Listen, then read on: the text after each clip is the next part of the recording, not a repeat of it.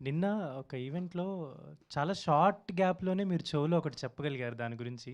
ఏం గురించి? ఎస్కేఎన్ గారు చెప్పిన దాని గురించి. హే? ఎస్కేఎన్ గారు స్టేజ్ మీద ట్రిపుల్ ఎన్ గురించి చెప్పారు కదా!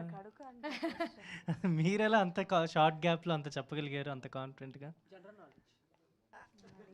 నాకు చాలా కామెంట్స్ వస్తాయి ట్రిపుల్ ఎన్లో. నా అన్ని ఫొటోస్ వీడియోస్లో అలానే ఉంటుంది. Madam don't post triple N is going on. Like what, ఎందుకు? సో అలా నాకు తెలిసింది. సో అందుకే సార్కి వెళ్ళి చెప్పా. సార్కి తెలియదు అనుకుంటా, కానీ చెప్పేసా. రామ్ గారు, మీకు కావాల్సిన చేసారు, నాకు తెలీదు, నేను హెల్ప్ చేసా అంతే. చేసి చూపిస్తే క్రికెట్ ఆడతా అని చెప్పారు. బట్ ఆయన చేసి చూపించారు. బట్ మీరు సరిగ్గా అక్కడ 3 రోజెస్ దాంట్లో సరిగ్గా చేయలేదు కదా. డిసప్పాయింట్ అయ్యారు చాలామంది. సరి నేను ముందు రాజతరం గారే లెగిసిపోయారు, ఆయనే డిసప్పాయింట్ అయినారు. సారీ వేసుకొని ఓకే, సారీ వేసుకొని ఆ స్టెప్ ఎలా చేయాలి చెప్పండి. నెక్స్ట్ సారీ ఓపెన్ అయిపోతే అక్కడ కాదండి. ఇప్పుడు రామ్ చరణ్ గారు వేసిన స్టెప్ చేసే ధైర్యం మీకు లేదు. స్టేట్మెంట్ అది కూడా ప్రాక్టీస్ లేదు. చేస్తున్నారా? కాదు, నాకు అస్సలు తెలియదు కూడా.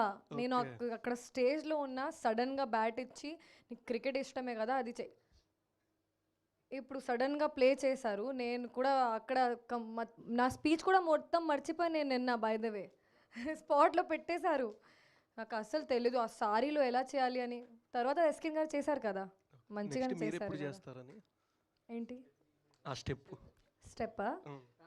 మీరు చూపిస్తారా నన్ను? మనం చేసేద్దాం ఈరోజు. చూపిస్తారా మీరు? ఇప్పుడే చేసేద్దాం. లేదు. I can't match Ram Charan garu no, okay, but I'll try.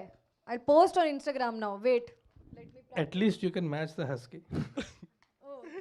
Husky dance, the viral husky dance, అది చేయొచ్చు. ఓకే.